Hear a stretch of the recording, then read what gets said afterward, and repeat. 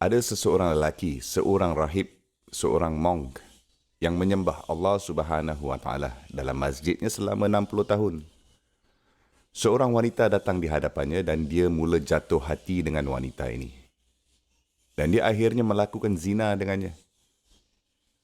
Dan dia hidup dalam keadaan itu selama 6 malam. Tapi apa yang berlaku pada lelaki ini, ketika dia menyedarinya itu, mata terbeliak dan sedang memberi perhatian sekarang dan ia berkata, bagaimana ini boleh berlaku? Kat mana aku ni sekarang? Bagaimana aku boleh jatuh macam ini? Jadi lelaki ini bukannya ditangkap. Wanita itu pula tidak hamil. Dia boleh je hilangkan diri dan okeylah mari kita berpura-pura ini semua tidak pernah berlaku dan tak perlu bimbangkan dengan orang yang akan mengetahui. Sebaliknya, lihatlah keikhlasan taubahnya. Lelaki itu sedar dengan sendirinya. Dia melarikan diri. Dia pergi ke masjid lain yang merupakan langkah yang sangat bijak.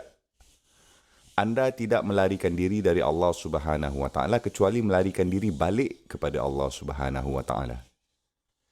Saya perlu start balik dari mula dan saya perlu memohon pengampunan Allah Subhanahu Wa Taala tapi saya mesti keluar dari sini.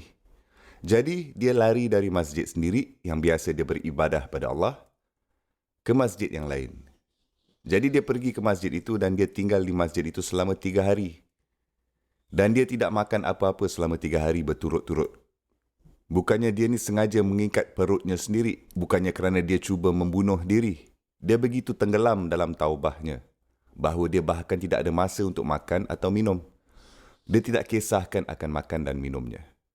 Yang merupakan satu kesaksian tentang keikhlasan lelaki ini dalam kes ini. Lelaki ini duduk di masjid sekarang selama 3 malam. Menangis atas apa yang dia telah lakukan selama 6 malam. Malah tidak memikirkan tentang 60 tahun yang telah mendahului 6 malam itu.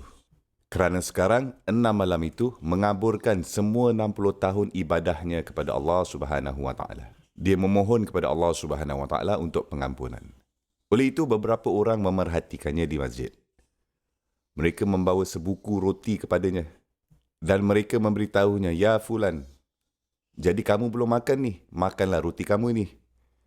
Dia membelahkan roti itu menjadi 2.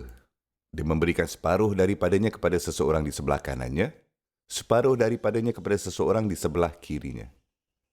Dan lelaki itu terus membenamkan diri dalam meminta pengampunan dari Allah Subhanahu Wa Taala. Dan pada masa itu, Allah Subhanahu Wa Taala mengutuskan malaikatul maut pada saat itu kepadanya dan mengambil nyawanya. Jadi dia telah meninggal di masjid itu dalam keadaan bertaubat, tempat dia bermula balik. Allah Subhanahu Wa Taala meletakkan ibadahnya selama 60 tahun di satu sisi timbangan. Dan Allah Subhanahu Wa Taala meletakkan 6 malam perzinahan itu di timbangan sebelah. 6 malam itu lebih berat daripada 60 tahun ibadahnya. Allah Subhanahu Wa Taala menyebutkan jangan batalkan amalmu. Kadang-kadang amal, perbuatan baik dapat dibatalkan.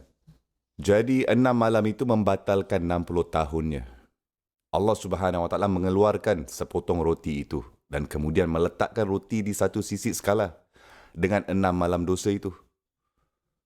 Roti itu lebih berat dari 6 malam perzinahannya dan memasukkannya ke jannah. Subhanallah. Okey, jadi pelajaran pertama yang kita ambil dari konsep ini adalah berapa ramai orang yang telah terkena akibat oleh dosa saya. Adakah dosa-dosa saya antara saya dan Allah Subhanahu Wa Taala saja dan saya aktif membuatnya? Ataukah ada dosa-dosa saya mempengaruhi orang lain? Dan kemudian anda melihat perbuatan baik anda. Dan perbuatan baik terbaik bukan hanya mempengaruhi diri sendiri, tetapi juga mempengaruhi orang di sekeliling anda. Jadi dosa dia hanya mempengaruhi dirinya sendiri, tetapi perbuatan baiknya adalah untuk orang lain. Lelaki itu telah sedar akan perbuatannya oleh dirinya sendiri sebelum dia ditangkap oleh orang lain. Salah satu tragedi dosa besar adalah ketika anda menunggu orang lain untuk menghentikan anda, daripada anda sendiri menghentikannya. Saya dapat lepas kali ini, saya terus melakukannya dan melakukannya dan melakukannya dan melakukannya.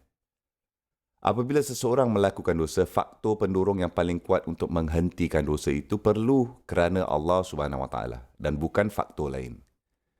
Dan dalam keadaan lelaki ini, dia tidak tunggu untuk ditangkap. Dia menangkap dirinya sendiri, kan? Okey, perkara ketiga yang kita pelajari dari ini, perbuatan baik yang mendahului dosanya tidak memanfaatkannya pun langsung pada hari kiamat. Tapi satu perbuatan baik itu yang berlaku setelah dosanya, memang telah menolongnya dan bantu kesnya kepada Allah Subhanahu Wa Taala. Oleh itu pastikan anda follow up dosa anda dengan perbuatan baik. Selepas buat dosa, taubah dan follow up dengan perbuatan baik, amal baik.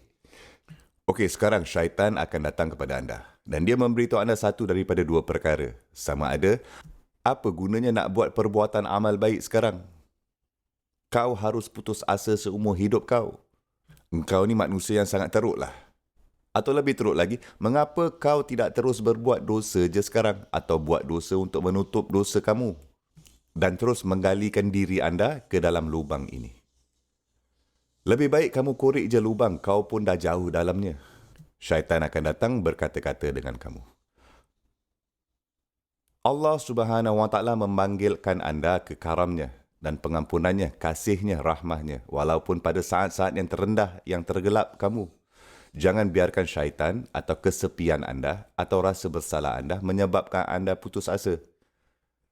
Sebaliknya, lihatlah apa yang boleh anda lakukan sekarang untuk mengimbangi dengan apa yang telah anda lakukan. Dan akhirnya, subhanallah jika anda melihat dosa berbanding dengan hasanah yang dilakukannya oleh lelaki itu. Kita akan melakukan kesilapan. Kita akan jatuh di sisi Allah Subhanahu Wa Taala, tetapi biarkan keindahan taubah anda kepada Allah Subhanahu Wa Taala, biarlah ia jadi taubah yang indah. Kita juga dapat melihat dari cerita ini bahawa Allah Subhanahu Wa Taala kerana belas kasihnya kepada orang ini, Allah Subhanahu Wa Taala telah merancangkan dia dalam keadaan di mana dia boleh melakukan kebaikan amal. Dia ni tidak keluar dan mencari untuk membuat sedekah, kan? Sebaliknya Allah Subhanahu Wa Taala membawa amal itu kepadanya kerana kebaikan yang dilihat oleh Allah Subhanahu Wa Taala di dalam diri lelaki ini. Dan Nabi SAW berkata ketika Allah Subhanahu Wa Taala mengasihi seseorang, dia Subhanahu Wa Taala membimbingnya tepat pada saat sebelum kematiannya dan mengabaikan seluruh hidupnya yang berada dalam tidak ketaatan. Sebilangan orang yang baik, mereka mempunyai kebaikan dalam dirinya. Tetapi mereka belum mempunyai hidayah. Mereka belum mempunyai bimbingan. Ada sesuatu yang hilang, yang masih kurang. Bahan yang penting itu tiada. Dan Allah Subhanahu Wa Taala menanamkannya pada saat-saat terakhir dalam hidup mereka. Untuk menghilangkan semua yang telah mendahuluinya. Subhanallah.